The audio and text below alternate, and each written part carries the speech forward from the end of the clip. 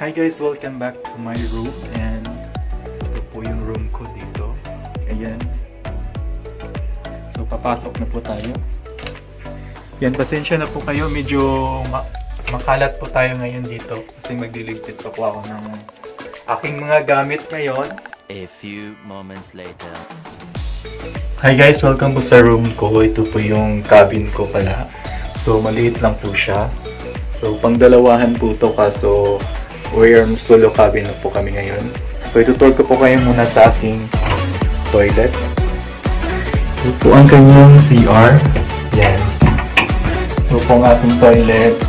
May mga gamit po ako dito nga. Nakalagay like ito, mga air freshener. May vitamins pa ako dito. Ito, may bags, may sabon, may shampoo. Dito po ang kanyang shower area. Ayan.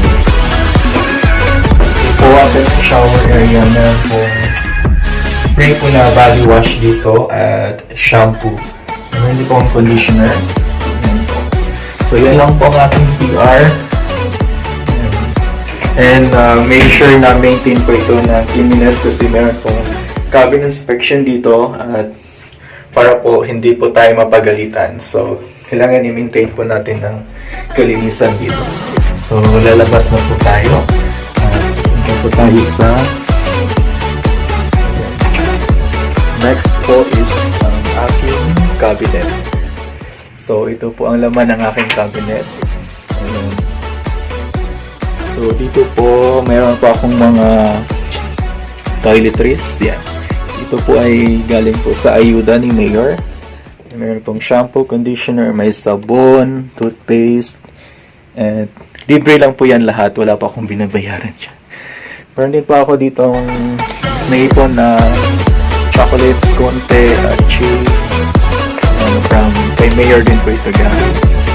At dito sa baba, ang collection ko rin po ng apparel and meron pong mga logo items ng Norwegian ship.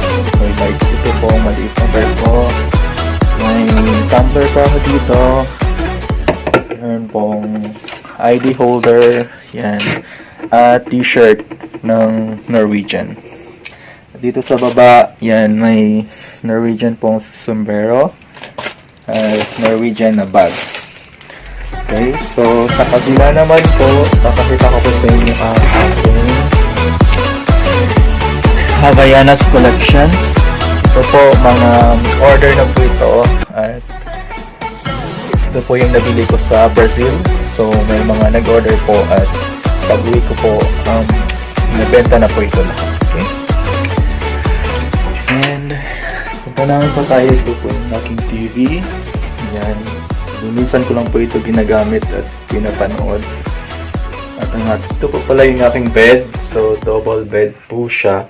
Yung isa po, ito po yung ginagamit ko. Yung Spider-Man. So, binili ko po ito sa Pilipinas para magamit po sa barko. So, ito pong isa, hindi ko po ito hinahigaan. So, ayan po. Ayan. And pupunta po tayo sa ating veranda. Ito yung makikita mo sa labas. Container terminal po siya. Subita Bigya.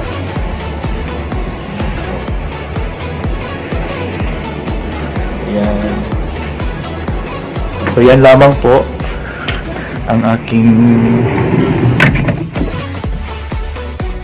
kwarto na maliit. So almost 2 months na po kami dito. And sorry, it's DJ. 1 hour later.